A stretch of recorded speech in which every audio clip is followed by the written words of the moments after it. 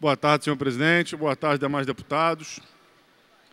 Gostaria de discutir o projeto de decreto legislativo número 43 de 2017, de autoria da Comissão de Orçamento, Finanças, Fiscalização Financeira e Controle, que aprova as contas do Tribunal de Contas do Estado do Rio de Janeiro, referente ao exercício de 2015. Para falar das contas de 2015, é necessário a gente voltar um pouco mais, voltar até o ano de 2014, porque esse histórico vai nos fazer entender porque, em primeiro lugar, as contas de 2015 estão eivadas de problemas que levam com que ela não possa ser aprovada. E segundo, como a composição do tribunal pode ter incidido para que a posição final do tribunal tenha sido a de aprovação dessas contas. Diferente de 2016, quando a mudança no tribunal foi forçada por uma prisão coletiva de seus membros e, por isso, uma nova composição levou à indicação da desaprovação. No ano 2014, a equipe técnica responsável pela análise das contas indicou o parecer contrário. E isso gerou a divulgação de um outro relatório emitido pelo secretário-geral, propondo um parecer divergente do da equipe técnica. Após esse fato, é que os conselheiros aprovaram as contas de 2014 e grande parte da equipe técnica do Tribunal de Contas foi modificado. Mesmo assim, diversos pontos foram destacados como não sendo cumpridos pelo governo do Estado do Rio de Janeiro e pelo governador já em exercício no ano 2014, boa parte do ano, Luiz Fernando Pezão. Na análise das contas de 2014, das 66 determinações, apenas 15 foram totalmente cumpridas. As outras foram descumpridas parcial ou totalmente.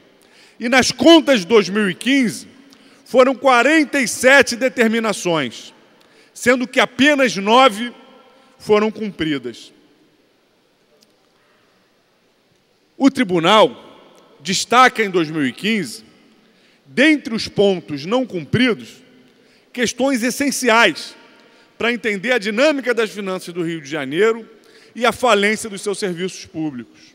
Em primeiro, a questão do Fundeb, onde não há comprovação dos repasses integrais determinados em lei dos recursos do governo do Estado do Rio de Janeiro para o Fundeb.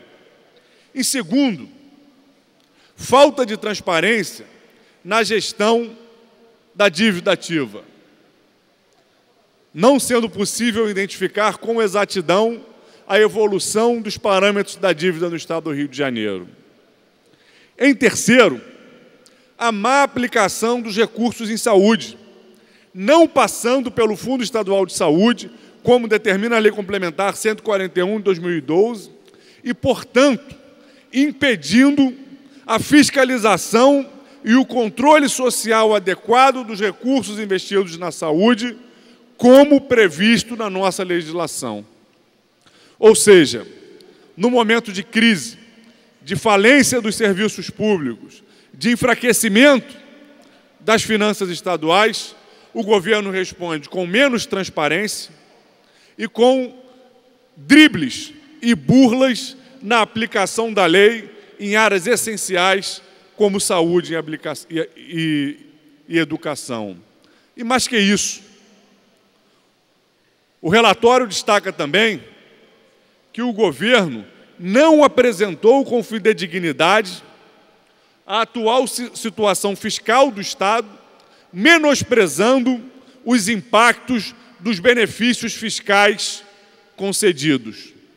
Ou seja, um governo que se encontra quebrado, que, segundo o relatório dos próprios técnicos do tribunal, tem como um dos elementos que levaram à queda abrupta de receita uma política de benefícios e isenções fiscais irresponsável.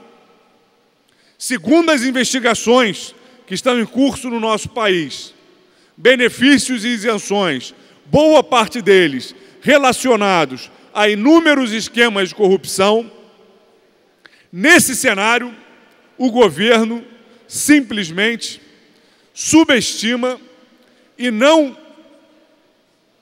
dá transparência ao impacto dos benefícios fiscais nas contas públicas do Estado do Rio de Janeiro.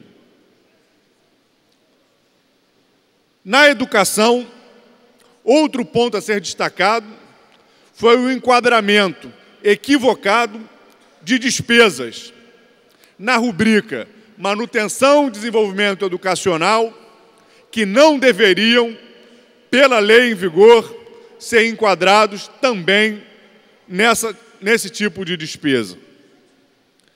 Remanejamentos de forma também equivocada. Falta de repasses à Rio Previdência no valor de 78 milhões de reais somente no ano de 2015.